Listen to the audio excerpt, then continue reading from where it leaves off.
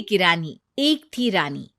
क्योंकि राजा की मौत एक हादसे में हो गई थी, रानी को ही राज्य संभालना पड़ रहा था। रानी का नाम था रानी रश्मिवती। रानी ईमानदार थी और प्रजा की सेवा में लगी रहती थी। एक दिन उसके दरबार में 3 नौजवान आए, रमेश, सुरेश और दिनेश। कहो, क्या सहायता कर सकती हूँ मैं तुम्हारी? हम आपके दरबार में काम करना चाहते हैं ताकि जनता की सेवा कर सके। लेकिन अभी तो तुम्हारी उम्र बहुत छोटी है। तुम लोगों को तो अभी अपनी पढ़ाई पर ध्यान देना चाहिए। हमारा मन पढ़ाई में नहीं लगता। माता पिता को लगता है कि हम किसी के लायक नहीं हैं और हम साबित करना चाहते हैं कि हम लायक हैं। उत्साह बहुत अच्छा है, मगर अभी उम्र कच्ची है तुम लोगों की। अरे उम्र से क्या होता है रानी जी? शास्त्रों में लिखा है कभी किसी के ज्ञान को उसकी उम्र के आधार पर नहीं देखना चाहिए। बात तो सही है तुम्हारी। और अगर सच में तुम अगर ये संकल्प करके आए हो कि तुमको यहाँ काम करना है, तो पहले परीक्षा देनी पड़ेगी। 3 परीक्षा, एक शारीरिक परीक्षा, एक बुद्धि की परीक्षा और एक देशभक्ति की परीक्षा। और ये क्या है? वो मंत्री महोदय तुम्हें समझा देंगे। हमारे पास समय नहीं है। अगर तुम लोग तैयार हो तो बताओ। हाँ हाँ, हम तैयार है किसी भी परीक्षा के लिए। मैं भी तैयार हूँ कुछ भी कर गुजरने के लिए। तो ठीक है मंत्री जी, आप इन तीनों की परीक्षा कल से ही शुरू कर दीजिए। जो आ गया रानी साहिबा। अगले दिन से ही तीनों की परीक्षा शुरू हो जाती है। पहले शारीरिक परीक्षा, यानी किस में कितना है दम, ये देखेंगे हम। क्योंकि शरीर में दम होगा तभी तो प्रजा की सेवा में दम लगा पाओगे। हमें क्या करना होगा? वो पेड़ दिख रहा है, जो सबसे पहले चढ़ेगा उस पे दरबार में नौकरी पाने के अवसर उसी के बढ़ जाएंगे। मैं चढ़ता हूँ। अरे रुको रुको, गिनती गिनने दो। 1, 2, 3। 3 की गिनती के बाद रमेश और सुरेश भागकर पेड़ के पास गए, मगर दिनेश आराम से पेड़ के पास गया। जैसे ही रमेश और सुरेश आधे पेड़ तक चढ़ गए, दिनेश ने उन दोनों की टांग पकड़ के उन्हें नीचे गिरा दिया और खुद पेड़ पर चढ़ गया। दिनेश की जीत हुई। अरे लेकिन इसने बेईमानी की। बेईमानी नहीं की, बुद्धि लगाई। शरीर के दम के साथ दिमाग में भी दम होना चाहिए। क्यों मंत्री जी? हाँ हाँ, बात तो तुम्हारी सही है, लेकिन बात अगर बुद्धि की है तो बुद्धि की असली परीक्षा हम कल लेंगे। शाम को जाकर मंत्री रानी को सब बता देते हैं। यानी दिनेश उन सब में ज्यादा होशियार है। जी रानी साहिबा। अगले दिन तीनों की बौद्धिक परीक्षा का समय होता है। आज हमें क्या करना है मंत्री जी? थोड़ा सब्र करो, कल जल्दबाजी में ही हारे थे तुम। सही कह रहे हैं मंत्री जी। अरे तू क्यों ज्यादा बोल रहा है? तू भी तो हारा था ना कल। ए दिनेश, ज्यादा होशियार मत बन। अरे अरे अरे, लड़ो मत। आज की परीक्षा पर ध्यान दो। आज की बौद्धिक परीक्षा में ये कुछ बोरे हैं, कुछ में नमक है और कुछ में रुई। जिसको जो ले जाना है उठा लो। देखते हैं कि कौन जल्दी से कोई भी एक बोरा नदी के उस पार लेकर जाता है। समय शुरू होता है अब। तीनों बोरों की तरफ बढ़ते हैं। सुरेश, नमक की बोरी भारी है, ले जाने में मुश्किल होगी।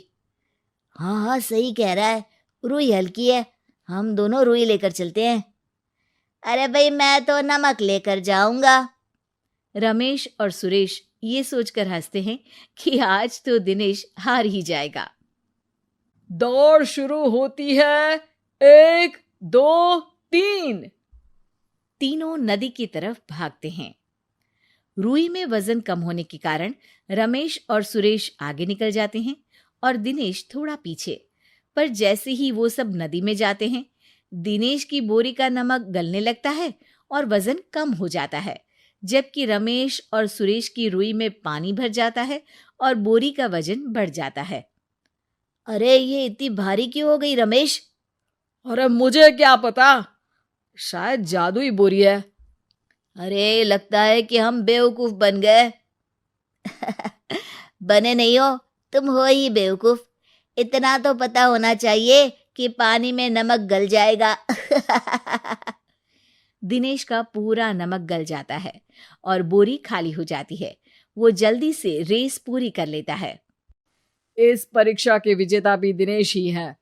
उसने दिमाग लगाकर दिखा दिया कि वो बौद्धिक परीक्षा में भी रमेश और सुरेश से आगे है। अब कल तुम्हारी देशभक्ति की परीक्षा होगी, जो स्वयं रानी मां लेंगी। रात को फिर मंत्री रानी के पास जाकर बता देते हैं कि आज की परीक्षा में कैसे दिनेश ने अक्लमंदी दिखाई और बौद्धिक परीक्षा में भी उसी की जीत हुई। अरे वाह, दिनेश तो हमारे बहुत काम आ सकता है। हम उत्साहित हैं कल की परीक्षा के लिए। वो तो ठीक है रानी साहिबा, लेकिन हमने सुना है कि पड़ोसी राज्य का राजा आकाशदीप हमारे राज्य की सीमा में घुसपैठ कर रहा है। ये तो चिंता की बात है। हमें जल्द ही कुछ करना चाहिए। अगले दिन रमेश, सुरेश और दिनेश अपनी आखिरी देशभक्ति की परीक्षा के लिए दरबार में आते हैं। प्रणाम रानी साहिबा। नमस्कार रानी जी। प्रणाम रानी माँ। हमने तुम्हारी परीक्षा पर गौर किया। दिनेश आगे हैं। हम तुम तीनों में से किसी दो को ही दरबार में काम दे सकते हैं। किसी एक को आज जाना होगा। तो देशभक्ति की परीक्षा के लिए तैयार हो? पूरी तरह से। मैं तीनों से एक ही सवाल करूंगी। जिसका जवाब सबसे सही लगेगा उसे तो नौकरी मिल ही जाएगी। फिर दूसरे सबसे सही जवाब देने वाले को भी काम मिलेगा। आप लोगों का समय शुरू होता है अब। ज्यादा सोचने का समय नहीं होगा। जो मन में पहली बात आए उसका जवाब दे। तो सवाल यह है कि तुम इस मिट्टी के लिए क्या कर सकते हो? मैं इस मिट्टी को साफ रखूंगा। यहाँ के लोगों के भोजन की कमी को मैं पूरी करूंगा। मैं यहाँ के लोगों को गले लगा लगा के उनको खुशी दूंगा रानी माँ, और गरीबों के लिए घर बनवाऊंगा। मैं इस मिट्टी के लिए किसी की जान भी ले सकता हूँ रानी माँ। मंत्री, दिनेश को एक तलवार दो। जी रानी जी।